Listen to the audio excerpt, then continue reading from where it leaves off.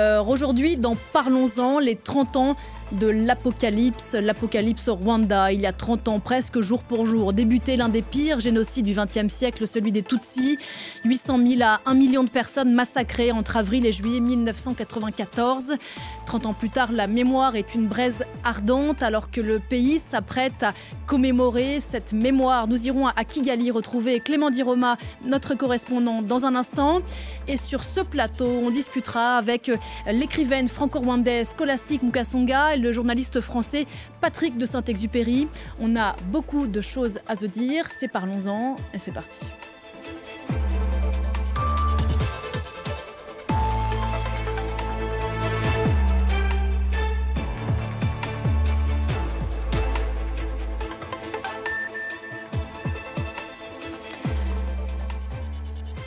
Il y a 30 ans, donc presque jour pour jour, le début de l'apocalypse au Rwanda, de l'un des pires génocides du XXe siècle, celui des Tutsis, déclenché le lendemain de l'attentat contre l'avion du président Hutu Juvenal Habyarimana. 800 000 à 1 million de Tutsis massacrés par des milices, mais aussi par de simples citoyens, comme on dit, dans une frénésie de haine raciste entre avril et juillet 1994.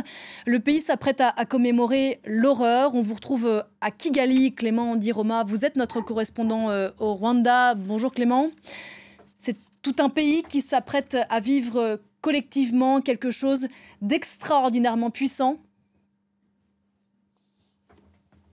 Bonjour Pauline, oui, tout à fait, c'est une période très forte pour les Rwandais. On l'appelle Kwibuka ou se souvenir en langue locale Kinyarwanda. Et en fait, il s'agit de 100 jours de commémoration qui débuteront par une semaine de deuil très bientôt, une semaine pendant laquelle il y aura des grands événements, de grandes cérémonies un peu partout au Rwanda. Et cette semaine sera suivie de 100 jours d'hommage national aux victimes, c'est-à-dire que les survivants, les fils, filles, les petits-fils, petites-filles des victimes se rendront dans les 170 sites mémoriaux à travers le pays où sont enterrés des centaines de milliers de corps pour rendre hommage à ces personnes tombées lors du génocide contre les Tutsis qui a fait entre 800 000 et 1 million de morts au total. Alors il y a aussi évidemment des règles très précises, en tout cas pour la première semaine de deuil, puisque toutes les musiques ne sont pas les bienvenues. Par exemple, il y a des musiques commémoratives qui doivent être jouées un peu partout dans le pays, des musiques qui abordent les massacres, mais qui parle aussi de la reconstruction du pays. Et enfin, une règle très importante, le gouvernement tente,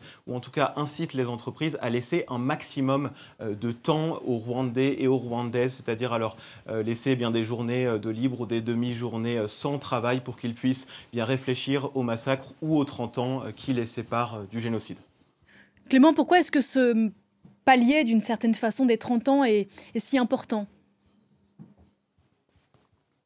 Alors 30 ans, ça peut sembler assez court d'un point de vue européen, évidemment, mais au Rwanda, 65% de la population a moins de 30 ans. C'est plus de la majorité des Rwandais et Rwandaises. Et donc, tous n'ont pas connu les massacres. Alors évidemment, leurs familles leur en ont parlé pour la majorité et certains ont appris certains massacres à l'école.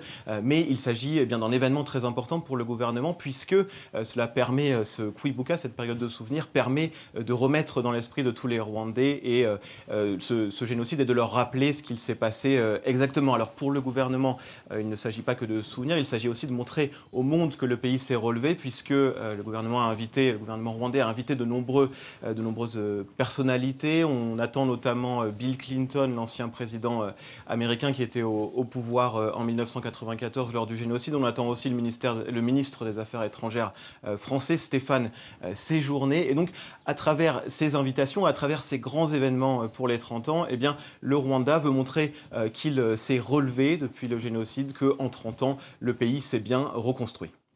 Clément Diroma depuis Kigali, merci beaucoup Clément. Vous nous ferez vivre à partir de dimanche ces commémorations qui vont, vous l'avez dit, durer 100 jours. J'accueille à présent mes invités sur ce plateau pour cette grande conversation.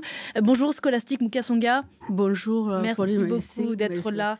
Vous êtes écrivaine franco-rwandaise, prix Renaudot pour Notre-Dame du Nil, c'était en 2012 et vous publiez ces jours-ci chez Gallimard un Julienne, un roman, on en reparlera tout à l'heure. Bonjour Patrick Patrick de Saint-Exupéry. Bonjour. Grand reporter, vous avez cofondé la revue 21. En 1994, vous étiez journaliste au Figaro et vous êtes l'un des premiers à être arrivé sur place. Vous le racontez notamment dans ce roman graphique La fantaisie des dieux, coécrite avec le dessinateur Hippolyte, réédité pour les 30 ans du génocide aux arènes. Là encore, on va en reparler dans un instant. Scholastique Mukasonga, vous n'étiez pas au Rwanda en 1994. On va expliquer dans un instant pourquoi vous n'y étiez pas, mais une grande partie de votre famille Tutsi a été décimée. Dans la région de Bugesera, c'est au sud de Kigali. Quand arrivent les premières informations, vous êtes en France, de ce qui est en train de se passer, vous dites que vous vous êtes dit tout de suite, c'est le génocide, ça y est, ça a commencé. D'abord, 37 membres de ma famille, c'est tout ce que j'avais. Ça veut dire la totalité. Tous ceux qui étaient à Nyamata, ils ont été exterminés. Malheureusement, on n'acceptait jamais la mort, mais c'était ce qu'on nous promettait depuis 1960, sans dire 34 ans. Mais entre les deux aussi, on a connu les mini-génocides. Donc, moi, je ne me suis pas fait... j'étais partie... J'ai été survivante, pas par hasard. Je ne me suis pas trouvée en France, pas par hasard. Ça a été le choix de mes parents en 1973, lorsque le gouvernement raciste de Grégoire Kayibanda décide qu'il n'y aura plus du tout de quota de 10% dans les écoles secondaires et même dans les administrations. De Tutsi. Le quota de Tutsi. Et qu'à ce moment-là, moi, je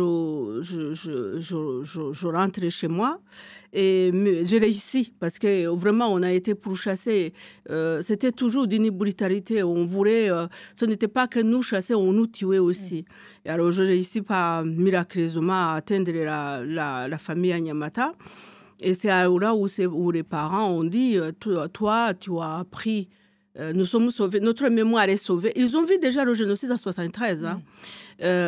Nous sommes sauvés, tu as appris le français, c'est le passeport international, tu pars, tu vas d'abord au Burundi, vos pays voisins. Mais partir, ça veut dire partir à pied. Hein. Donc c'était à une trentaine, 40 kilomètres, Patrick il connaît. Et il fallait partir la nuit, surtout pour ne pas être vu. Il fallait contourner le grand camp militaire de Gako qu'on avait mis en 1963 pour nous bloquer le passage, justement. Il fallait jongler avec les animaux. Donc je n'étais pas au Rwanda en 1994 parce que ça a été la volonté des parents que je sois la mémoire. Ils vous ont sauvé. Sauvé. Est-ce que vraiment, à ce moment-là, votre vie, c'est une vie... vous êtes Pauline, excusez-moi. Oui. Est-ce que c'est une vie, Pauline? C'est une compatriote a écrit la mort n'a pas voulu de moi. Vous savez, si le moment vous dites pourquoi c'est injuste, pourquoi je ne suis pas morte avec les autres, pourquoi ma vie vaut quoi? C'est pourquoi je n'ai pu rien faire, même pas mourir avec eux. La vie, j'ai eu la chance d'accéder à la littérature et de m'exprimer par cette voix, de mettre sur le papier tout ce qui était difficile à digérer et à partir de là de faire mon chemin. Mais je l'ai toujours dit, je ne pouvais pas être rescapée à Nyamata. À Nyamata, on n'avait pas besoin de passer par la carte d'identité ethnique qui servait dans le reste du pays pour savoir qui est Tutsi et donc Bonatué. À Nyamata, on était parqués depuis 34 ans que nous. On nous tuait de toute façon à n'importe quelle occasion. Mais là, ça a été le travail. Ils appelaient ça tuer, ça s'appelait le travail. C'était facile. Les villages entiers ont été exterminés, dont mon village de Nyamata, de Gitagata. On va continuer à parler, bien sûr, et écouter vos souvenirs. Patrick de Saint-Exupéry, je le disais, vous êtes arrivé au Rwanda quelques semaines après le début du génocide. Vous dites que ce qui vous a frappé dans les premières minutes, les premières heures, c'est un silence assourdissant. Oui, c'est le propre du génocide. C'est-à-dire qu'il n'y a plus de mots, il n'y a plus de témoins. Ceux qui auraient pu raconter ont été tués. Donc les mots sont tus. Et moi, je suis passé à Nyamata en mai, début mai 94.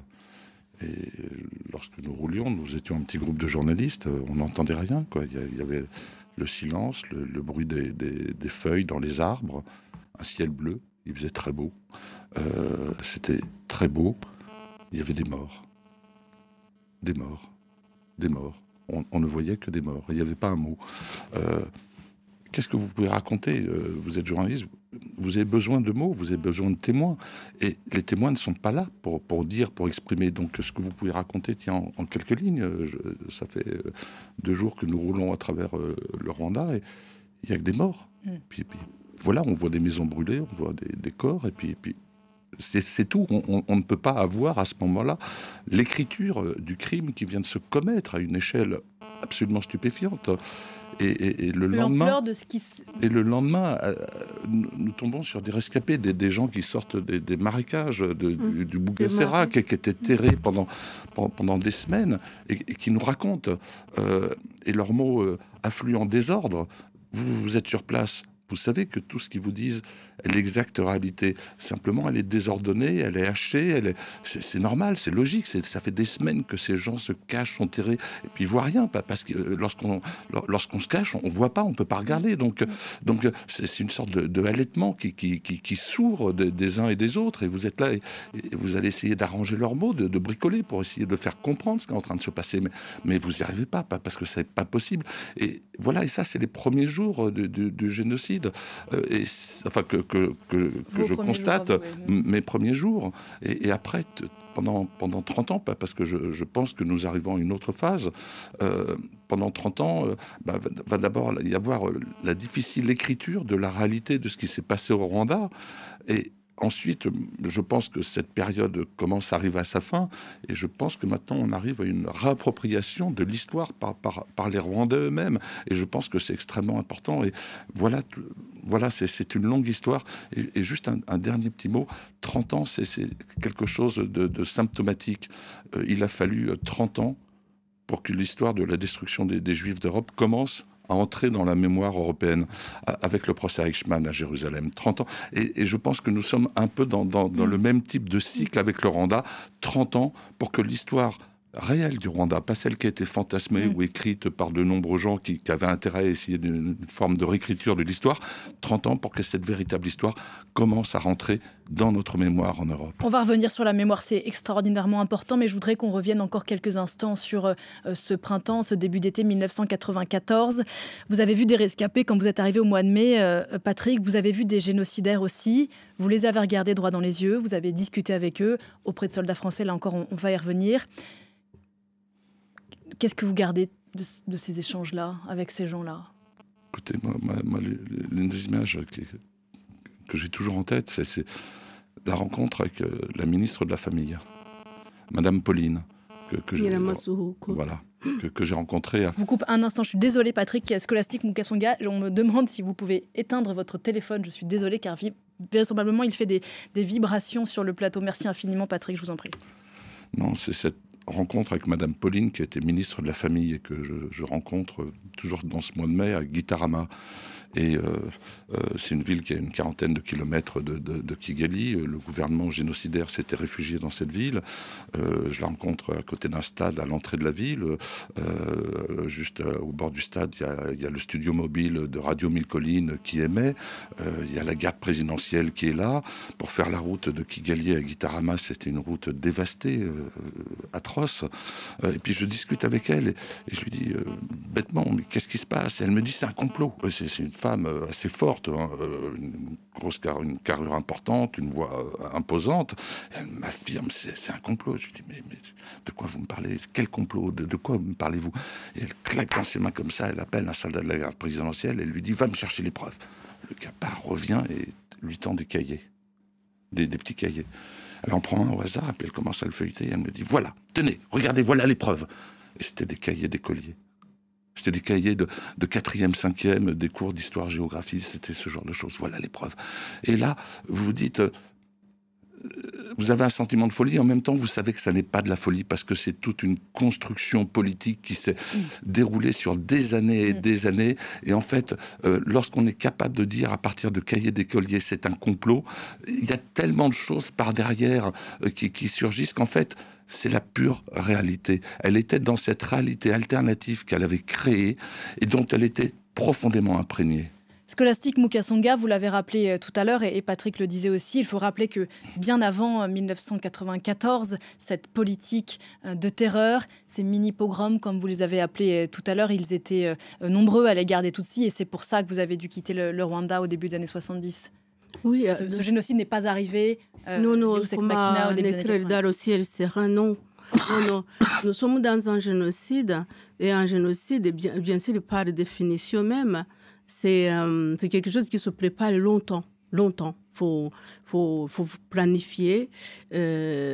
Donc, mon écriture a toujours été justement sur cette période, sur comment naît le génocide et comment ça s'entretient, comment on planifie et comment, au bout du compte, donc, ce qui s'est passé, il y a eu un signal, mais déjà, les plans étaient là. Donc, moi, j'ai vu que ça, Pauline. Je suis née en fin de 59, 56, donc j'avais les premiers programmes, c'est novembre 59, j'avais 3 ans. Je n'avais connu que ça et on nous a brutalisés pour nous déporter à Nyamata. Donc moi j'ai vu que vraiment que le conditionnement au fait que nous n'étions pas des êtres humains, c'est d'où le titre de mon premier livre, Nyenzi ou les cafards, et que nous devrions, ce qui nous attend, c'est la mort, que ce soit tout de suite, demain ou après-demain, de toute façon, on doit nous tuer. Donc, ce qui fait que quand les gens, pendant qu'on nous conditionnait dans le fait que nous ne sommes pas des êtres humains, c'est ça l'idéologie aussi des génocides, c'est de dire ces gens-là, ce peuple, ces personnes ne sont plus des personnes, ce ne sont pas des personnes, ce ne sont pas des êtres humains, ils ne sont pas dignes de vivre, ils doivent être tués. C'est ce qui s'est passé.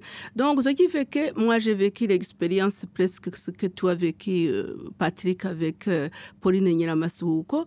Quand j'ai pu aller chez moi en 2004, parce que j'ai mis 10 ans. Vous avez mis 10 ans à retourner au Rwanda. À retourner au Rwanda. Mais 10 ans, c'est rien, Pauline. Pour moi, je n'ai pas vu ces 10 ans. Pour moi, c'était au lendemain même, quand le génocide s'arrête, quand le FPR arrête le génocide le 4 juillet. Pour moi, les 10 ans, c'est comme si j'étais partie à partir au mois de la fin juillet 1994, où justement le nouveau gouvernement appelle les enfants du pays, les Rwandais, les exilés, à rentrer chez eux. C'est le temps qu'il me fallait pour sentir que j'ai suffisamment la force pour affronter la réalité. Ni comme vous l'avez dit tout à l'heure, moi, immédiatement, je savais ce que c'est un génocide et je savais que à Nyamata, il n'y aura pas de survivants et que c'était quelque chose qu'on nous a dit et que nous avions accepté. Vous savez, entre parenthèses, quand on a vu les premiers signes absolument que le génocide, que cette fois-ci, ce ne sont plus les mini-génocides. En fait, on les appelait les mini-génocides, les massacres que nous vivions régulièrement. Quand on a vu vraiment que cette fois-ci, le climat était lourd, qu'on sentait que cette fois-ci ça va exploser parce qu'on avait déjà vécu vraiment une bonne préparation des génocides. En 92, on a tué beaucoup de personnes déjà à Nyamata. Le prêtre donc de Nyamata a conseillé à ses fidèles de se confesser parce que dans ce monde, ils n'ont plus leur place et donc peut-être ils peuvent avoir une place au ciel. Et docilement, les gens sont allés se confesser. Donc, c'est-à-dire qu'on avait travaillé pendant 30 ans l'acceptation de mourir.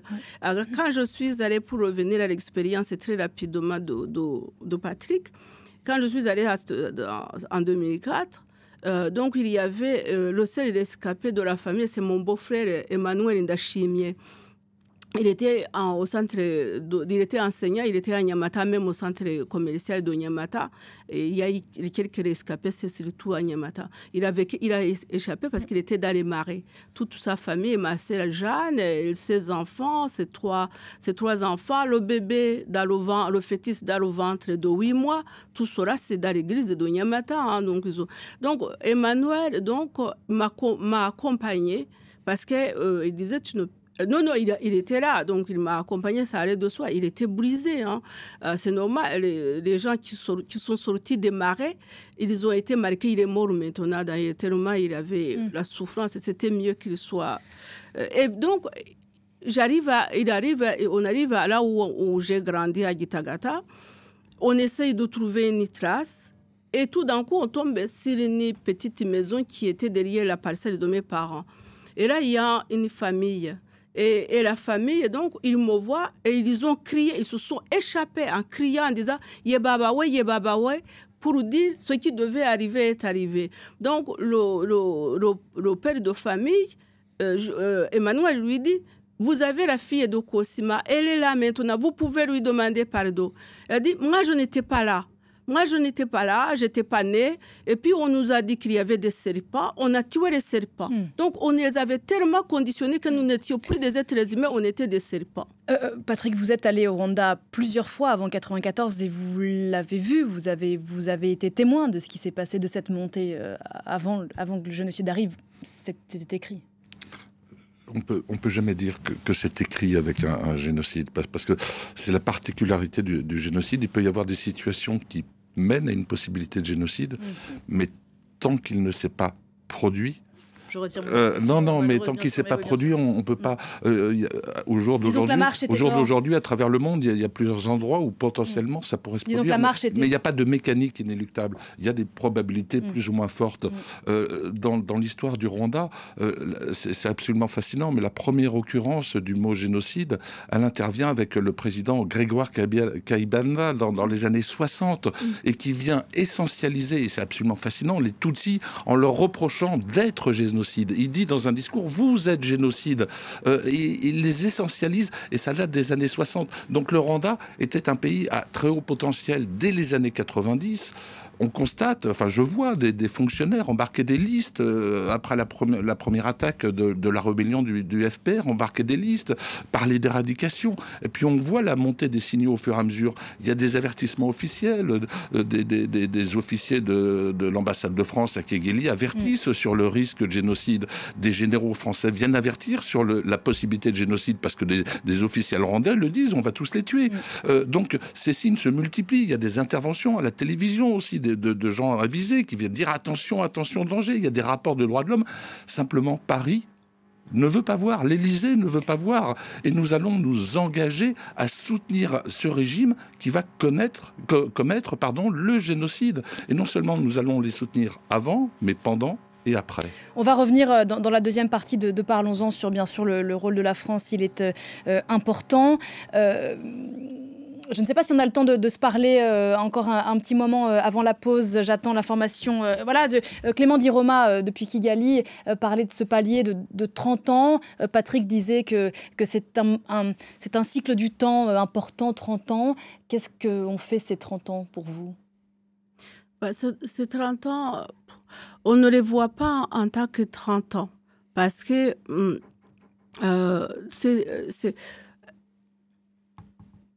nous sommes dans le génocide, en fait, c'est que vous avez des morts sans corps et sans sépulture. C'est-à-dire que c'est le moment, de toute façon, les nôtres qui sont partis, ils sont toujours avec nous. C'est le temps justement où on fait le point sur comment on s'est construit après. Et après ce génocide et cette explosion. Et donc, comment on a construit les humains, c'est tout. Parce que nous sommes dans un génocide de voisinage aussi, hein, attention. C'est le voisin qui tire le voisin. Donc, c'est-à-dire que comment aujourd'hui, c'est la première chose à laquelle on s'est employé absolument à faire et à entretenir, c'est la réconciliation Hein? Et la réconciliation a été demandée surtout par les rescapés, les survivants. Parce que, quelque part, comme pour dire, comme pour la Shoah, la réconciliation pouvait nous permettre de dire plus jamais ça. De toutes les façons, il fallait revivre ensemble. Donc, c'est-à-dire que les 30 ans, c'est le moment, comme Patrick l'a dit d'ailleurs, où aussi l'international... Moi, je voyage beaucoup avec la chance d'avoir écrit. Avec mes livres, je suis traduite dans beaucoup de pays. Et je vois absolument les regards, le réveil aujourd'hui. Donc, on est comme... Je rentre il y a quelques jours d'Oslo, en Norvège.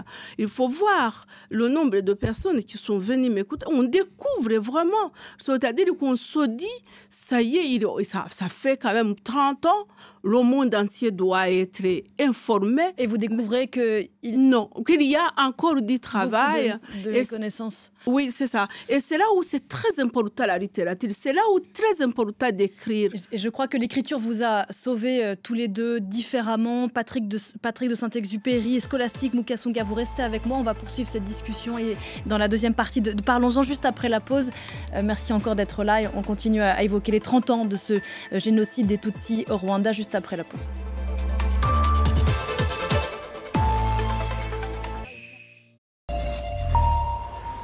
Bienvenue à vous si vous nous rejoignez. C'est la deuxième partie de Parlons-en consacrée aujourd'hui aux 30 ans du génocide des Tutsis au Rwanda. Les commémorations vont commencer dimanche et vont durer 100 jours. Avec moi sur ce plateau, toujours pour poursuivre cette discussion, Scholastique Mukasonga, écrivaine franco-rwandaise. Merci encore d'être là. Et Patrick de Saint-Exupéry, grand reporter. Juste avant la pause, on évoquait ensemble le devoir de mémoire, ce travail de cohabitation, de réconciliation que le Rwanda a engagé assez vite et à la demande des rescapés. Vous nous le rappeliez, Scholastique Mukasonga, après le génocide. 30 ans plus tard, donc, il y a ces commémorations dans un pays qui a beaucoup fait sur la réconciliation, sur la justice, mais il y a aussi, vous le disiez, cette cohabitation entre bourreaux et victimes où on découvre encore des charniers, encore aujourd'hui. On sent, Patrick de Saint-Exupéry, qu'il y a ces deux forces contradictoires qui coexistent dans ce pays. Oui, non, c'est... Il faut imaginer le Rwanda au lendemain du génocide. C'est un pays vide, désert. Il n'y a plus de toit sur les maisons, il n'y a plus de papier toilette, il n'y a plus de voitures, il n'y a plus de bus. Il y a une foule immense qui a quitté le pays, qui a fui et qui a tout emporté avec elle. Et il reste des collines tapissées de morts, des rescapés qui sont hagards, qui essayent de reprendre leur souffle. Et Dieu sait qu'après 100 jours, comment on reprend son souffle, après 100 jours comme cela. Moi, je vois dans le pays, c'est idiot, mais on voit des bouilloires pleines de toiles d'araignée. Et la famille a disparu. Où est-elle? Est-ce qu'elle est quelque part un peu plus loin dans les collines, ou est-ce qu'elle a fui? On ne sait pas. Mais voilà, c'est ce pays vide et il va falloir remplir ce vide. On parlait de silence, qui est le marqueur du génocide. Un génocide, c'est d'abord du silence au lendemain du génocide. Et peu à peu, il va falloir que des bruits s'installent sur ce pays, reviennent sur ce pays. Donc ça va commencer par des bruissements, des chuchotements, et puis peu à peu, la vie va se reconstruire. Et aujourd'hui, 30 ans plus tard, c'est un nouveau pays. Il y a vraiment une année zéro. Moi, j'ai une amie rwandaise qui me disait, c'est comme si on nous avait reseté, comme un ordinateur. On l'éteint, puis il ne marche plus, et on le remet en marche, et on remet le disque dur en marche. Voilà, nous avons un nouveau disque dur. Il va falloir écrire ce disque dur, parce que nous avons toute notre histoire à réécrire. Tout a explosé, donc il faut tout réécrire. Et c'est cet effort extrêmement important qui a été mené depuis 30 ans et qui est quand même impressionnant, parce que ça suppose une part d'abnégation des uns et des autres absolument stupéfiante. On entend des histoires au Rwanda qui dépassent l'entendement et qui nous obligent à réfléchir, à vraiment réfléchir, et qui sont à la fois tragiques et parfois immensément belles. Et ça, il faut être à même de l'entendre. Et on n'a pas toujours cette capacité ou cette envie ou cette volonté d'entendre ce qui nous vient de là-bas. Il y a des blocages, on le sent très bien, et je trouve ça triste et malheureux. Qu'est-ce qu'on fait de cette mémoire traumatique? Comment on vit avec elle, notamment dans ce pays où, Clément Diroma le rappelait depuis Kigali, 2/3 des habitants ont moins de 30 ans aujourd'hui. Ça veut dire qu'ils n'ont pas vécu dans leur chair ce génocide, cette période absolument terrible, mais ils en sont imprégnés nécessairement. Oui, c'est là où ça donne naissance aux commémorations, à ce qu'on appelle Kwibuka, qui a lieu chaque année. Pendant les 3 mois, donc il y a cette commémoration. C'est là où justement, c'est une histoire très, très lourde. Et on le dit bien, nous les Rwandais, on ne veut pas être otages de cette histoire lourde, mais en même temps, on ne veut pas non plus l'oublier. Tout simplement pour ne pas tomber dans les mêmes erreurs. Il faut être acteur de cette mémoire. Exactement. Donc, c'est-à-dire que ce n'est pas pour rabâcher, c'est pour justement ne pas falsifier l'histoire, ne pas faire la négation, ne pas... Déjà, c'est très important, tous ceux qui ont vécu un génocide, la première chose à faire, c'est lutter contre l'oubli. Ces enfants, c'est leur histoire, quelle que soit la lourdeur de cette histoire. Et d'ailleurs, le génocide est enseigné dans toutes les écoles au Rwanda, à tous les niveaux, même à l'école primaire. C'est à l'enseignant de trouver les mots pour ne pas traumatiser les petits. Mais cette histoire, justement, il y a un proverbe kinyarwanda qui dit ibuye rimenyekanye ntiribarikisha isuka. La pierre tranchante démasquée ne peut plus abîmer la roue. C'est-à-dire que ces enfants, ils n'ont pas vécu le génocide, mais comme vous le dites bien, Pauline, c'est leur histoire. Donc, moi, il y a quelque chose pour rebondir sur ce que disait Patrick, de dire que le temps, on dit 30 ans, je reviens là-dessus, que c'est 30 ans, c'est quand même beaucoup d'années. Mais chaque année, chaque commémoration, chaque Kwibuka, souviens-toi, a un sens parce que même dans le passé, autrefois, parce que le Rwanda, ça a été un pays très christianisé, c'est un pays catholique, le mois de Marie, le mois de mai, pour les écoliers, on nous envoyait cueillir les frères pour la procession pour Marie. Et je l'écris d'ailleurs dans La femme aux pieds nus, à la fin du livre. Aujourd'hui, les enfants, le mois de Marie, on les envoie sur les collines, le mois de mai, pour cueillir les os. On trouve encore des os éparpillés partout. C'est-à-dire que c'est une victoire quand vous rentrez avec un os. C'est quelque chose au moins pour justement... Le deuil, non. Le deuil, c'est ça. On ne cherche pas à faire le deuil, parce que si le deuil, c'est l'oubli, non. On cherche absolument... On vit avec nos gens. On les a déniés tellement l'humanité que justement, nous, ils sont avec nous. Ce sont nos forces. Quand on voit Kigali qui se construit de façon impressionnante, nous... C'est les gens physiquement qui sont là, mais c'est aussi avec ceux qui sont partis, parce que nous devons être absolument... il faut qu'ils soient fiers de nous, de ce que nous avons fait, de ce que, justement, nous faisons de cette histoire qui est lourde, mais que nous devons montrer à nos enfants, à notre Rwanda, où chacun a sa place. Pour terminer là-dessus, Pauline, la première chose que nous avons fait, qui a fait des dégâts, et c'est pour cela que les responsables des génocides, d'accord, c'est nous les Rwandais, c'est les Rwandais qui ont tenu la machette, mais il faut aller voir les causes, d'où est née justement cette division qui n'avait pas lieu d'être. Ça date de 1931, quand on invente la carte d'identité ethnique dans un pays, Patrick est témoin, où il n'y a pas possibilité de parler d'ethnie. Donc, la première chose que nous avons fait, nous avons éradiqué la carte d'identité ethnique. Aujourd'hui, nous sommes tout simplement des Rwandais, comme vous êtes française. Nous avons la carte d'identité nationale. Pour savoir, Patrick, pour pouvoir faire histoire, encore faut-il savoir ce qu'il s'est passé, ce qui a engagé cette longue marche qui a emmené effectivement vers le génocide. Et l'un des combats de votre vie, c'est que toute la lumière soit faite sur le rôle de la France, hier et aujourd'hui. Il y a eu en 2021 le rapport Duclercq qui a conclu, je cite, un ensemble de responsabilités lourdes et accablantes de la politique française dans le génocide. C'est encore insuffisant ? Oui, on n'est pas encore au bout. Il y a eu le rapport de la mission d'information parlementaire sur le Rwanda. Maintenant, il y a eu le rapport de cette commission d'historiens nommée par l'Élysée. À chaque fois, on voit que des pas petits sont accomplis, que peu à peu, on commence à dire les choses, à accepter les choses, mais on n'est toujours pas dans le récit honnête. Pourquoi c'est si dur ? Pourquoi c'est Parce si que lourd ? Il faut parvenir à dire ce qui a été. Mais dire ce qui a été suppose de reconnaître que l'on s'est trompé. Et malheureusement, même si par moments il y a des pas, mais malheureusement on constate que les hommes politiques, les responsables en France ont énormément de mal à dire « je me suis trompé ». Je veux dire, tout le monde peut se tromper. On a le droit de se tromper.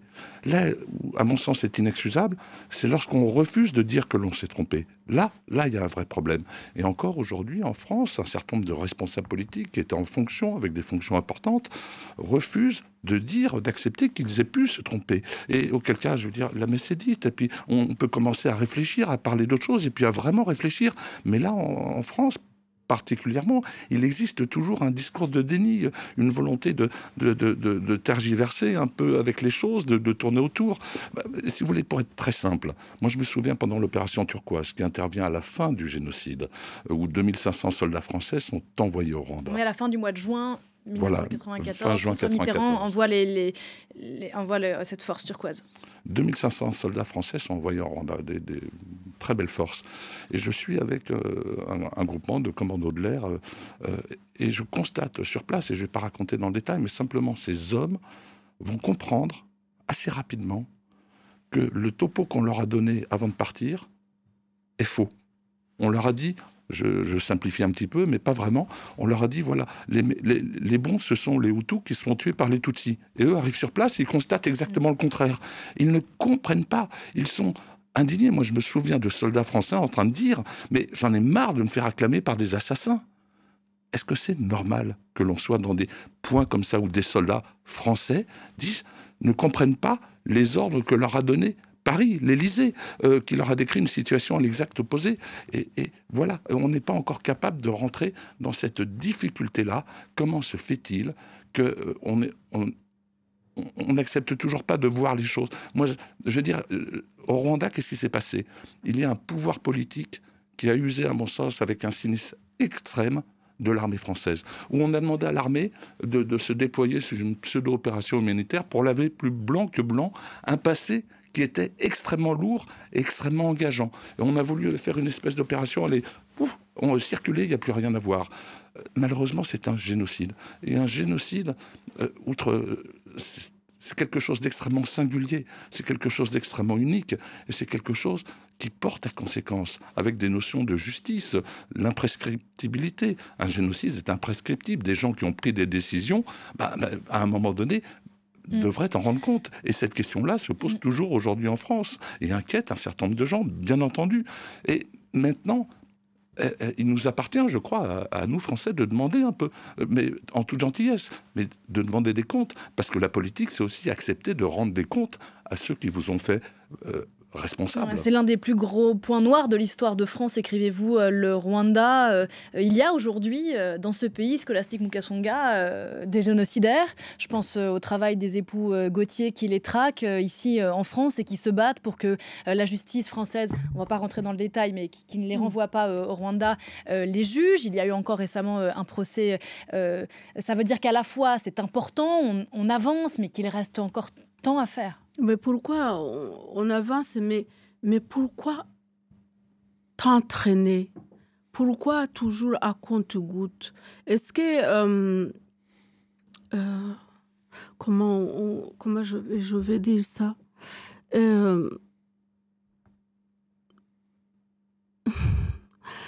Est-ce qu'il n'y a pas moyen de ne pas essayer de noyer un peu le poisson, de faire un petit quelque chose pourquoi on laisserait des génocidaires vivre aisément alors qu'on sait bien, je ne vais pas donner les noms, on sait bien que ces gens ont à répondre à la justice. Vous savez, ce qui nous a aidé vraiment à avancer au Rwanda, maintenant, ce qui est déplorable, c'est ce qu'à l'extérieur, ça continue à traîner. Et qu'on sait bien que les efforts qui sont faits au Rwanda, si à l'extérieur, on ne va pas dans le même sens. Qu'est-ce qui vous a aidé à avancer? Ce qui nous a aidé à avancer, c'est que nous avons été à la recherche de ce qui est tradition, de la tradition. Et dans cette tradition, on avait une justice traditionnelle. Gacaca. Et ce qui nous a permis, en effet, parce que il faut se dire que ce n'était pas si simple que ça. Nous sommes dans un pays où les choses ont été mal organisées dans cette division. On a mis d'un côté 84% et de l'autre 15%, parce que le 1%, c'est les batois, on n'en parlait pas, parce que, Dieu merci, ils n'ont pas été touchés. Mais au Rwanda, on a pu justement avancer dans la justice parce que la justice Gacaca permettait justement que les gens puissent dénouer, de redonner le dialogue. Il fallait que les gens puissent, les génocidaires disent à la mamie en face à qui on a tué tous ses enfants et son mari, ou au moins elle peut faire son deuil, où elle peut retrouver les restes de ses enfants. Souvent, on les avait jetés dans les latrines. Donc, et là, on a avancé dans la justice sur place au Rwanda parce que Gacaca a été vraiment très efficace. C'était une justice qu'on utilisait pour dénouer les conflits familiaux. Mais ici en France, ça traîne. La justice au cœur de tout. Je suis désolée, on va devoir s'arrêter là. Il y aurait encore beaucoup à dire. Merci beaucoup à tous les deux. Scholastique Mukasonga, Julienne qui vient de sortir chez Gallimard, Patrick de Saint-Exupéry. Le nom de la bande dessinée m'échappe. La Fabrique des Dieux aux arènes. La Fantaisie des Dieux, pardon, excusez-moi. Aux arènes qui ressort. Merci infiniment à tous les deux pour cette discussion. L'info continue sur France 24.